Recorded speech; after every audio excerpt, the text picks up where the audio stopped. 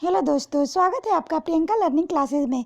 66वीं BPSC Bihar SSC Bihar दरोगा को ध्यान में रखते हुए घटना चक्र की सीरीज चलाई जा रही है।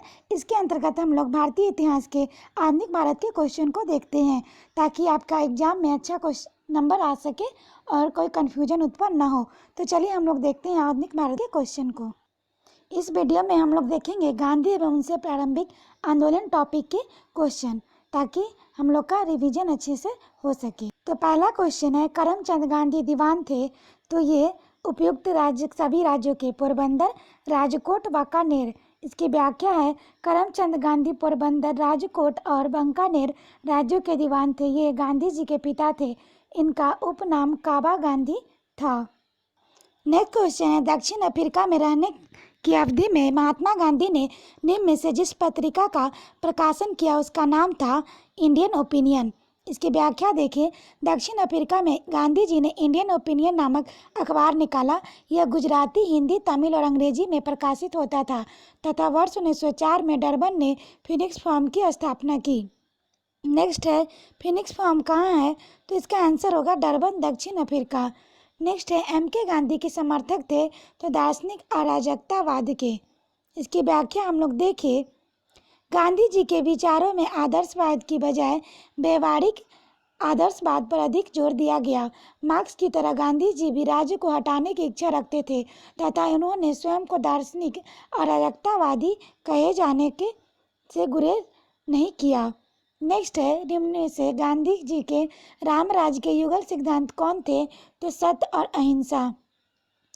नेक्स्ट क्वेश्चन हम लोग देखते हैं, गांधी जी की दृष्टि में अहिंसा का अर्थ है सत्य की प्राप्ति का रास्ता। इसकी हम लोग व्याख्या देखिए, महात्मा गांधी ने सत्य और अहिंसा को अपने सपनों के नवीन समाज का आधार बनाया। गांधी जी कहा करते थे कि सत्य और अहिंसा को निरपेक्ष रूप से अंगीकार करना आवश्यक है। अहिंसा मेरे धर्म का सिद्धांत है, वही मेरे कर्म का अंतिम सिद्धांत है। सत्याग्रही का अनिवार्य कर्तव्य है कि वह अहिंसा द्वारा सत्य का साक्षात्कार करने का प्रयत्न करे। नेक्स्ट क्वेश्चन है, गांधी के संदर्भ में निम्न में से कौन सा सही है? तो इसका आंसर होगा समाजवादियों में एक व्यक्तिवादी और समाजवादियों में एक मार्क्सवादी। इसकी व्याख्या है, गांधी जी के द्वारा संबंधी विचारों को व्यवहारिक दृष्टिकोण से व्यक्तिवादी कहा जा सकता है। गांधी जी एक सच्चे समाजवादी थे। वे व्यक्ति के हित के साथ साथ समाज के हित का ध्यान रखते थे। गांधी जी ने लुईस फिशर से स्वयं कहा, मैं सच्चा समाजवादी हूँ, मेरे समाजवाद का अर्थ है सर्वोदय। ये फैक्ट याद रखेंगे। गांधी जी के समाजवाद में मार्क्सवाद की भी झलक मिलती है। गांधी जी स्वयं कहते थे कि मैं उसी समस्या को सुलझाने में लगा हूं जो कि वैज्ञानिक समाजवाद के सामने है।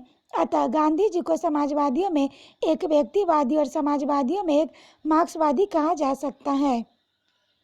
नेक्स्ट है, गांधी जी का सत्याग्रह रणनीति में निम्नलिखित में से किसे सबसे अंतिम स्थान प्राप्त है?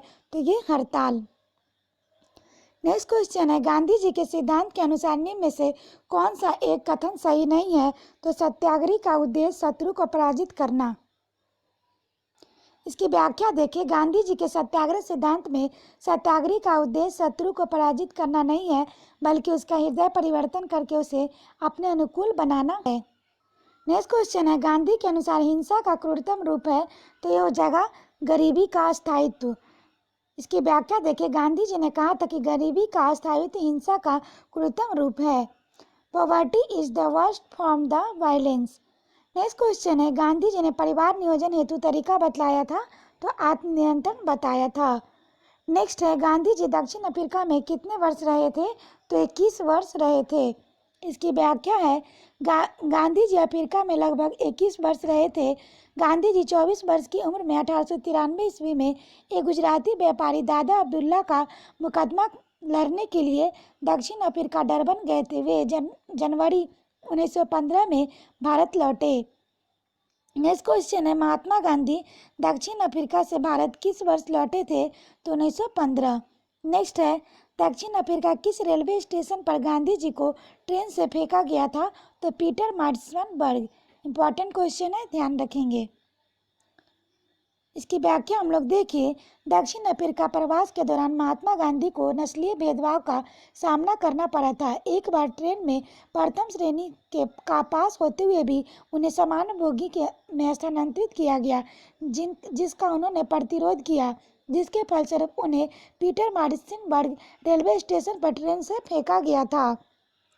नेक्स्ट क्वेश्चन है, एम के गांधी ने निम्नलिखित भारतीय राष्ट्रीय कांग्रेस के अधिवेशनों में से किस एक में सर्वप्रथम भाग लिया था? तो कलकत्ता अधिवेशन 1901। नेक्स्ट क्वेश्चन देखते हैं, भारत के स्वतंत्रता आंदोलन के दौरान महात्मा गांधी द्वारा स्थापित साबरमती आश्रम नगर के बाहर स्थित है, तो ये अहमदाबाद। इसकी व्याख्या है, महात्मा गांधी ने वर्ष 1915 में अहमदाबाद के कोचरब क्षेत्र में सत्याग्रह आश्रम की स्थापना की थी। यह आश्रम विभिन्न आर्थिक गतिविधियों के संचालन की सुविधा की दृष्टि से 17 जून 1917 को साबरमती नदी के किनारे स्थानांतरित कर दिया गया। नेक्स्ट है, महात्मा गांधी ने अहमदाबाद के निकट साबरमती के किनारे एक आश्रम बनाया। इन्हें क्या कहा जाता था? तो सत्याग्रह आश्रम।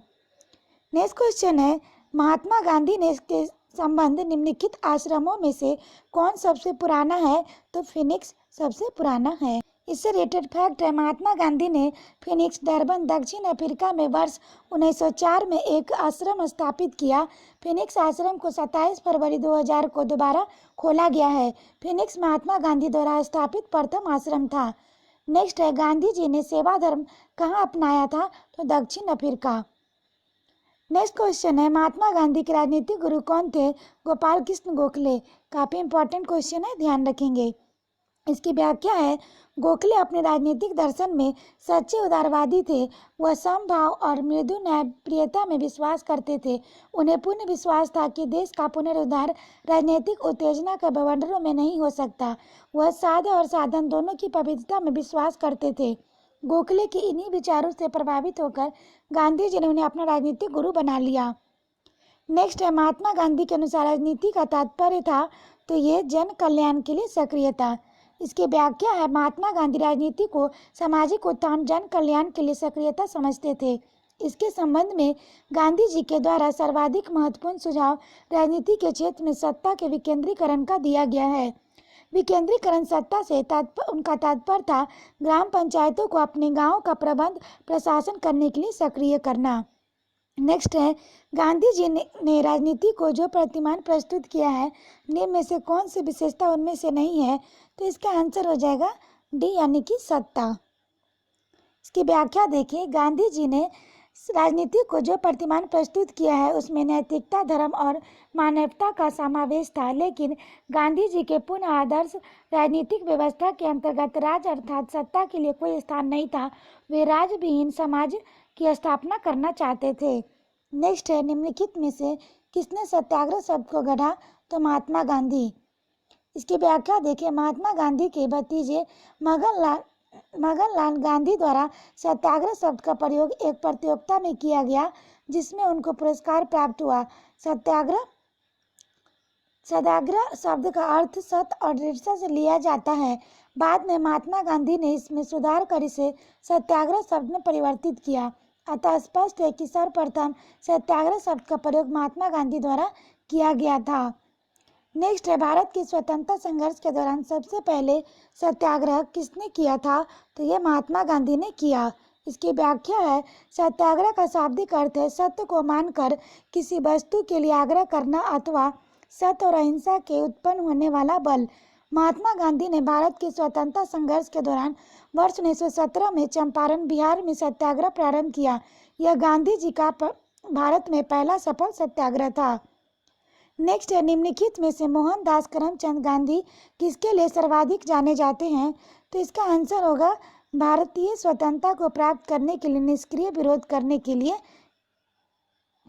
नेक्स्ट क्वेश्चन है, निम्नलिखित में से किसने कहा था विदेशी वस्तुओं की बर्बादी ही उसके साथ सर्वोत्तम व्यवहार है? तो यह महात्मा गांधी ने कहा था। नेक्स्ट क्वेश्चन है, ब्रिटिश निर्मित उत्पादों का गांधी जी का बहिष्कार प्रभावी हुआ क्योंकि ब्रिटेन भारत को एक बड़ा निर्मित वस्तुओं का बाजार समझता था। नेक्स्ट क्वेश्चन है, महात्मा गांधी के राजनीतिक जीवन में निम्नलिखित घटनाओं का कालक्रम था? तो इसका आंसर होगा पहले चंपारण, फिर अहमदाबाद मिल हड़ताल, फिर खेरा, फिर असहयोग आंदोलन था। इसमें हम लोग देखिए चंपारण 1917, अहमदाबाद मिल हड़ताल फरवरी मार्च 1918, खेरा 22 मार्च 1918, असहयोग आंदोलन 1920 से 22। नेक्स्ट है, निम्न में से महात्मा गांधी का भारत में पहला सत्याग्रह कौन था? तो ये चंपारण था।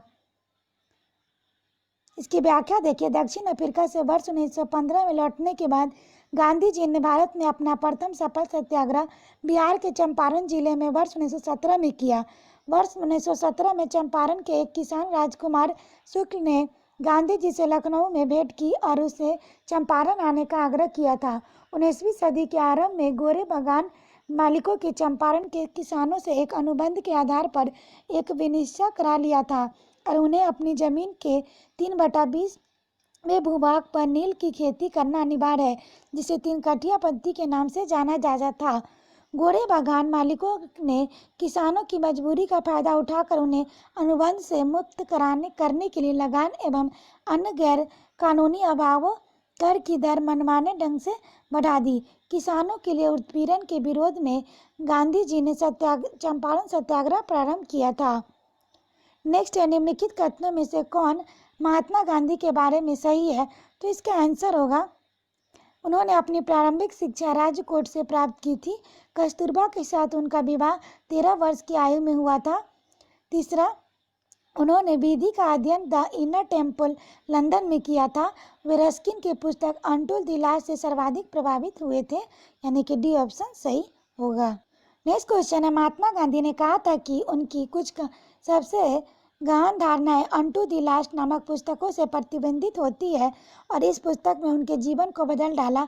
इस पुस्तक का यह संदेश क्या था जिन्होंने महात्मा गांधी को बदल डाला?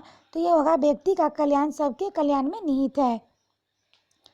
इनकी व्याख्या देखिए, महात्मा गांधी ने अपने दक्षिण अफ्रीका प्रवास के दौरान जॉन रस्किन की पुस्तक अनटू दिस लास्ट पढ़ी थी। गांधी जी ने अपनी आत्मकथा लिखा है कि इस पुस्तक में उनके जीवन को परिवर्तित कर दिया है। इसी समीक्षा में गांधी जी ने 3 बातों को नोट किया, जिसका प्रमुख है व्यक्ति का कल्याण सबके कल्याण में निहित है। नेक्स्ट क्वेश्चन है, गांधी जी की विचारधारा किनसे प्रभावित थी? तो उपयुक्त सभी से, यानी रस्किन, थोरो से और टॉलस्टॉय से थी। इसकी व्याख्या देखें, धर्मनिरपेक्ष लेखकों के में गांधी जी का विचारधारा थोरो, रस्किन और टॉलस्टॉय से सबसे अधिक प्रभावित किया। गांधी जी ने थोरो से सविनय अवज्ञा और करबंदी की प्रेरणा पाई। रस्किन से गांधी जी ने शारीरिक परिश्रम का आदर करना सीखा। टॉलस्टॉय से प्रसिद्ध वाक्य ईश्वर का राज तुम्हारे भीतर है से गांधी जी काफी प्रभावित हुए और उन्हें अहिंसक असहयोग आधार बना। नेक्स्ट है, निम्न में से किस आंदोलन से गांधी जी से संबंधित नहीं है? तो स्वदेशी आंदोलन। इसकी व्याख्या देखिए, गांधी जी स्वदेशी आंदोलन से संबंध नहीं थे। स्वदेशी आंदोलन वर्ष 1905 में बंगाल विभाजन के विरोध हुआ था। उस समय महात्मा गांधी दक्षिण अफ्रीका में थे। शेष तीनों आंदोलनों में गांधी जी ने अपना नेतृत्व प्रदान किया था। नेक्स्ट है, निम्नलिखित सत्याग्रहों में से किसका नेतृत्व महात्मा गांधी ने नहीं किया था? तो बारदोली। इसकी व्याख्या है, गांधी जी ने खेरा सत्याग्रह 1918 में, सविनय अवज्ञा आंदोलन 1930 और भारत छोड़ो आंदोलन 1942 का नेतृत्व किया, जबकि बारदोली सत्याग्रह 1928 का नेतृत्व गांधी जी ने नहीं बल्कि सरदार वल्लभ भाई पटेल ने किया था। नेक्स्ट है, निम्न कथनों में से गांधी जी के संदर्भ में कौन सही है? तो इसका आंसर होगा उपयुक्त सभी, यानी कि जाति विहीन अछूतों की दशा में सुधार के लिए कठोर संघर्ष किया। दूसरा, असहयोग आंदोलन शुरू किया। तीसरा, सविनय अवज्ञा आंदोलन को शुरू किया गया।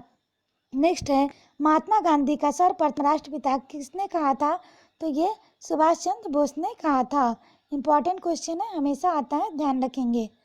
नेक्स्ट है, गांधी जी के नाम में पहले महात्मा को जोड़ा गया, तो ये चंपारण सत्याग्रह में जोड़ा गया था। नेक्स्ट क्वेश्चन है, निम्नलिखित में से किसने गांधी जी को सर्वप्रथम महात्मा के तौर पर संबोधित किया था? तो रविन्द्रनाथ टैगोर ने। नेक्स्ट है, नोआखली काल में महात्मा गांधी के सचिव थे, तो ये प्यारेलाल थे। इसकी व्याख्या देखिए, नोआखली काल में प्यारेलाल महात्मा गांधी के सचिव थे। उनकी बहन डॉक्टर सुशीला नैयर गांधी जी की व्यक्तिगत चिकित्सक थी। प्यारेलाल ने गांधी जी के दांडी मार्च में महत्वपूर्ण भूमिका अदा की थी। नेक्स्ट है, निम्नलिखित में से किस सत्याग्रह आंदोलन में गांधी जी ने प्रत्यक्ष रूप से भाग नहीं लिया? तो ये होगा बायकोम सत्याग्रह। इसकी व्याख्या है, बायकोम के मंदिर प्रवेश सत्याग्रह में गांधी जी के प्रत्यक्ष रूप से भाग नहीं लिया था, जबकि खेरा सत्याग्रह, राजकोट सत्याग्रह तथा असहयोग आंदोलन का नेतृत्व स्वयं गांधी जी ने किया था। राजकोट सत्याग्रह 1939 के संबंध में महात्मा गांधी के 4 दिनों के अनशन के बाद वायसराय की मध्यस्थता में राजकोट के शासक समझौते पर राजी हुए थे। नेक्स्ट है, महात्मा गांधी का छत्तीसगढ़ में प्रथम आगमन कब हुआ था? तो 20 दिसंबर 1920 को हुआ था। नेक्स्ट क्वेश्चन हम लोग देखते हैं, गांधी जी के निम्नलिखित अनुयायियों में से कौन पेशे से एक शिक्षक था? तो जेबी कृपलानी शिक्षक थे। इसकी व्याख्या देखिए, गांधी जी के प्रश्नगत अनुयायियों में जेपी कृपलानी पेशे से केवल शिक्षक थे, शेष अन्य मुख्य पेशे से वकालत का कार्य को चुना था। यद्यपि राजेंद्र प्रसाद कुछ समय के लिए शिक्षक कार्य भी ग्रहण किया था, लेकिन वह मुख्यतः वकील थे। यहाँ क्वेश्चन कंफ्यूज कर सकता है, इसलिए ध्यान से क्वेश्चन पढ़ के आंसर देंगे। नेक्स्ट है, निम्न उद्योगपतियों में कौन व्यक्ति लंबे समय तक एआईसीसी के खजांची रहे तथा सन 1930 में जेल गए? तो जमनालाल बजाज। इसकी व्याख्या है, सेठ जमनालाल बजाज गांधी जी के निकट सहयोगियों में से थे। वे लंबे समय तक भारतीय राष्ट्रीय कांग्रेस के कोषाध्यक्ष रहे थे। वे वर्ष 1923 में झंडा सत्याग्रह में भाग लेने के लिए तथा पुनः वर्ष 1930 में सबना अवज्ञा आंदोलन के दौरान जेल गए थे। नेक्स्ट क्वेश्चन है, भारतीय कपड़ा व्यापारी, बैंकर, कांग्रेसी तथा महात्मा गांधी का निकट सहयोगी एक उपयुक्त विवरण है? तो जमनालाल बजाज का। नेक्स्ट है, स्वाधीनता आंदोलन के दौरान महात्मा गांधी के करीबी अंग्रेज मित्र थे? तो रेड चार्ली एंड्रूज थे। इसकी व्याख्या देखिए, Charles Andrews Deenbandhu Andrews Saint Stephen college Delhi में प्राध्यापक थे। भारतीयों से इनका गहरा लगाव था और वे इस तरह से भारतीय बनना चाहते थे। रविन्द्रनाथ टैगोर, गोपाल कृष्ण गोखले तथा महात्मा गांधी से इनके घनिष्ठ संबंध थे। ये दक्षिण अफ्रीका के फिनिक्स फार्म में गांधी जी के साथ रहे थे। गांधी जी ने ही गरीबों के प्रति इनका निरंतर चिंता को देखते हुए उन्हें दीनबंधु की उपाधि से सम्मानित किया था। एंड्रूज वर्ष 1925 से 1927 में ऑल इंडिया ट्रेड यूनियन के अध्यक्ष भी रहे। गोलमेज सम्मेलन में भाग लेने के लिए वे गांधी जी के साथ एक सहयोगी के रूप में लंदन गए थे। नेक्स्ट क्वेश्चन है, निम्नलिखित में से किस कारागार को गांधी जी ने मंदिर का नाम दिया था? तो यरवदा को दिया था। इसकी व्याख्या है, यरवदा कारागार में गांधी जी को वर्ष 1930 में बंदी के रूप में भेजा गया था। यहाँ से गांधी जी साबरमती के आश्रम वासियों को प्रत्येक सप्ताह पत्र के रूप में अपने संदेश भेजा करते थे। यरवदा जेल में गांधी जी ने अपने अनुभवों और आध्यात्मिक प्रगति की समीक्षा करते हुए यरवदा कारागार मंदिर की संज्ञा दी है। नेक्स्ट है, भारत की स्वाधीनता के समय महात्मा गांधी कांग्रेस के सदस्य नहीं थे। नेक्स्ट क्वेश्चन हम लोग देखते हैं, गांधी जी की मृत्यु पर किसने कहा था कि हमारे जीवन से प्रकाश चला गया है? तो ये जवाहरलाल नेहरू ने कहा था। नेक्स्ट है, गांधी जी को वन मैन बाउंड्री फोर्स कहकर किसने संबोधित किया था? तो माउंटबेटन ने किया था। इसकी व्याख्या देखिए, माउंटबेटन ने गांधी जी को वन मैन बाउंड्री फोर्स की उपाधि प्रदान की थी तथा जो काम 50,000 हथियार बंद सिपाही न कर सकते थे वह काम गांधी जी ने कर दिखाया। नेक्स्ट है, निम्न में से किसने महात्मा गांधी को आदेशित किया था कि वह भारत के प्रथम वर्ष खुले कान पर मुंह बंद कर व्यतीत करे? तो यह गोपाल कृष्ण गोखले ने कहा था। इसकी व्याख्या है, महात्मा गांधी गोपाल कृष्ण गोखले को अपने राजनीतिक गुरु मानते थे। गोपाल कृष्ण गोखले ने ही महात्मा गांधी की आदेशित किया था कि वह भारत में प्रथम वर्ष खुले कान के साथ लेकिन मुंह बंद कर व्यतीत करे। नेक्स्ट क्वेश्चन है, भारतीय राजनीति में प्रवेश के पूर्व 1 वर्ष तक देश में पर्यवेक्षक एवं विद्यार्थी के रूप में रहने की सलाह गांधी जी ने किसने दी थी? तो ये गोपाल कृष्ण गोखले ने दी थी। नेक्स्ट है, निम्नलिखित में से कौन कहा करते थे कि गलत साधन हमें कभी भी सही उद्देश्य तक नहीं ले जा सकते? तो एम.के. गांधी। नेक्स्ट है, निम्नलिखित में से कौन एक सिद्धांत के प्रबल समर्थक थे कि जो नैतिक दृष्टिकोण से गलत है राजनीतिक दृष्टिकोण से सभी कभी सही नहीं हो सकता, तो एम.के. गांधी होगा। इसकी व्याख्या देखें। महात्मा गांधी राजनीति में नैतिक मूल्यों की स्थापना के प्रबल समर्थक थे। उनका मानना था कि नैतिकता विहीन राजनीति राज्य को गर्त में मिला सकती है। वे मानते थे कि जो नैतिक दृष्टिकोण से गलत है वो राजनीतिक दृष्टिकोण से कभी सही नहीं हो सकता। इसलिए गांधी जी के बारे में कहा जाता है, राजनीतिकों में संत थे और संतों में राजनीतिक थे। नेक्स्ट है, गांधी जी ने अपना पहला सत्याग्रह आरंभ किया था, तो ये मजदूरों को कम वेतन दिए जाने के विरुद्ध। इसकी व्याख्या देखिए। गांधी जी ने सत्याग्रह का प्रथम प्रयोग वर्ष 1917 में चंपारण में किया तथा इसके बाद उसने दूसरा प्रयोग उन्होंने फरवरी-मार्च 1918 में अहमदाबाद की कॉटन मिल के औद्योगिक मजदूरों की कम मजदूरी के विरुद्ध संघर्ष हेतु किया। प्रस्तुत प्रश्न के उत्तर हेतु विकल्पों में चंपारण का नाम न होने के कारण अहमदाबाद के सत्याग्रह प्रयोग का ही प्रथम सत्याग्रह के रूप में चयन किया जाएगा। अहमदाबाद के मिल मालिकों और मजदूरों में प्लेग बोनस को लेकर विवाद था। गांधी जी 3 दिन के अनशन, जो कि भारत की उनकी प्रथम भूख हड़ताल थी, के बाद मिल मालिक इस मामले में मध्यस्थता के लिए तैयार हो गए और अंततः उन्हें बोनस देना पड़ा। नेक्स्ट है, निम्न में से किस आंदोलन में महात्मा गांधी ने पहली बार भूख हड़ताल का प्रयोग हथियार के रूप में किया था? तो ये अहमदाबाद की हड़ताल। नेक्स्ट है, महात्मा गांधी ने भारत में अपना पहला जन्म भाषण कहाँ दिया था? तो वाराणसी में दिया था।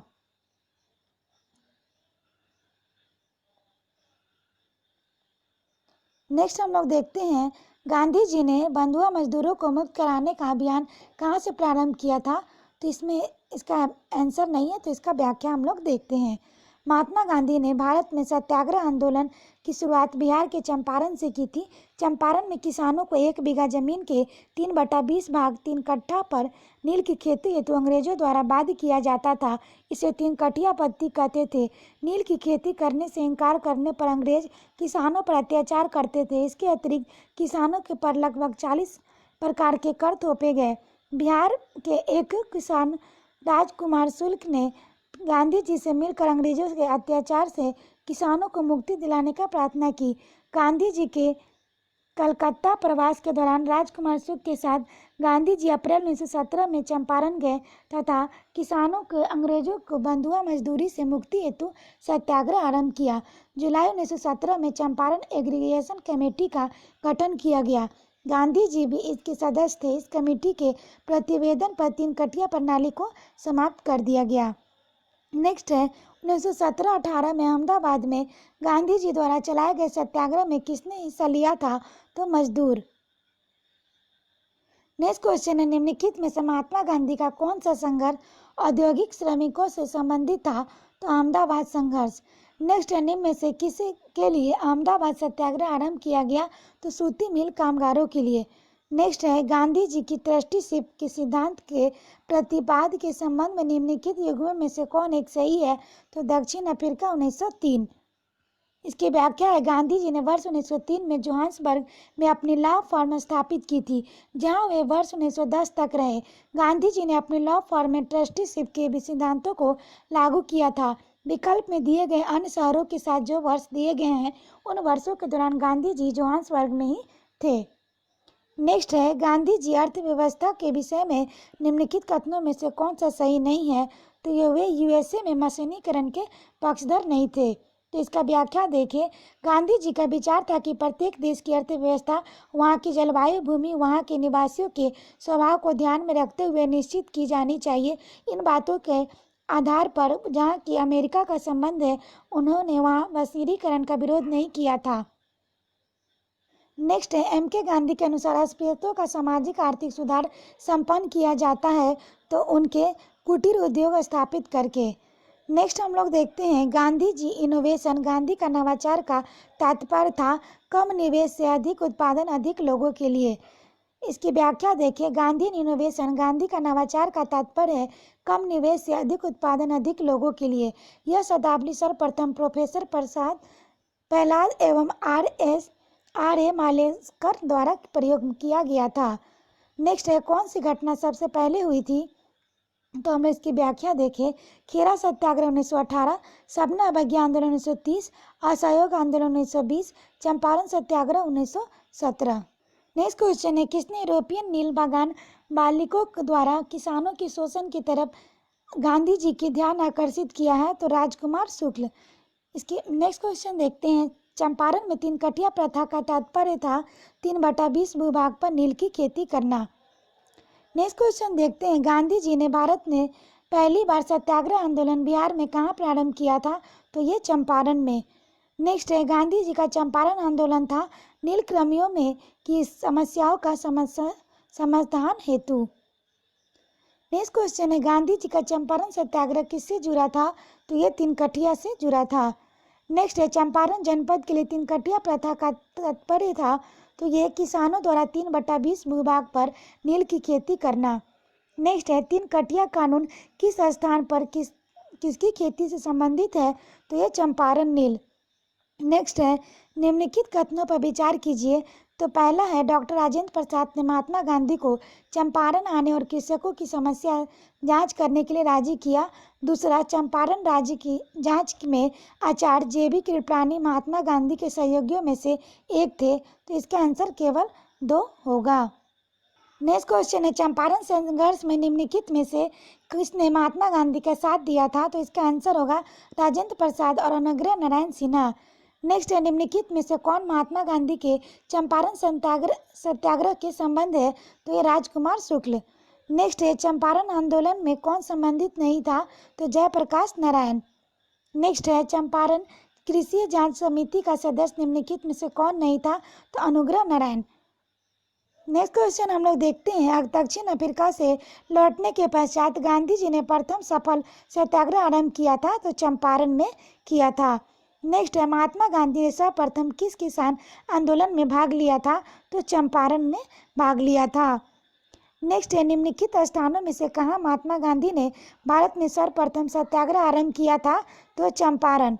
नेक्स्ट है, बिहार के कौन सा स्थान गांधी जी ने अपना प्रथम सत्याग्रह किया था? तो चंपारण से किया था। नेक्स्ट है, निम्नलिखित में से किसने नील की खेती के संबंध में चंपारण महात्मा गांधी को आमंत्रित किया था? तो राजकुमार शुक्ल। नेक्स्ट है, निम्नलिखित कथनों में से कौन चंपारण सत्याग्रह के संबंध में सही नहीं है? तो यह प्रथम आंदोलन था जिसे MK गांधी ने संपूर्ण भारत के स्तर पर आरंभ किया था। नेक्स्ट है, चंपारण नील आंदोलन के राष्ट्रीय नेता कौन थे? तो महात्मा गांधी थे। नेक्स्ट है, महात्मा गांधी के चंपारण सत्याग्रह का किसने विरोध किया था? तो MG रंगा ने किया था। नेक्स्ट क्वेश्चन देखते हैं, खेरा के किसानों के पक्ष में महात्मा गांधी के सत्याग्रह संगठित करने पर क्या कारण था? तो पहला था, अकाल पड़ने के बावजूद प्रशासन में भू राजस्व की उगाही स्थगित नहीं की थी। दूसरा, प्रशासन का वह प्रस्ताव था कि गुजरात में अस्थायी बंदोबस्त लागू किया जाए। दूसरा, इसका उपयुक्त में से कौन सा कथन सही है? तो इसका आंसर होगा केवल एक सही होगा। इसकी व्याख्या देखें, वर्ष 1918 में गुजरात के खेरा में किसानों की फसल नष्ट हो जाने के बाद भी सरकार ने लगान में छूट नहीं दी थी और भू राजस्व उगाही स्थगित नहीं की थी। इसी मुद्दे पर महात्मा गांधी ने खेरा के किसानों के पक्ष में सत्याग्रह संगठित किया था। खेरा आंदोलन प्लेग फैलने और अकाल पड़ने के कारण किसानों को लगान अदा करने में असमर्थ होने और राज्य के प्रति उसमें असंतोष होने के परिणाम स्वरूप हुआ था। इस प्रकार कथन 1 सही है जबकि कथन 2 सही नहीं है। आशा करते हैं आपको ये वीडियो पसंद आया होगा और रिवीजन करने के लिए वीडियो को 1-2 बार अच्छे से सुन लें ताकि आपका रिवीजन हो जाए। तो आज के लिए इतना ही दोस्तों, फिर मिलते हैं नेक्स्ट टॉपिक किसान आंदोलन और किसान सभा के साथ। Thank you.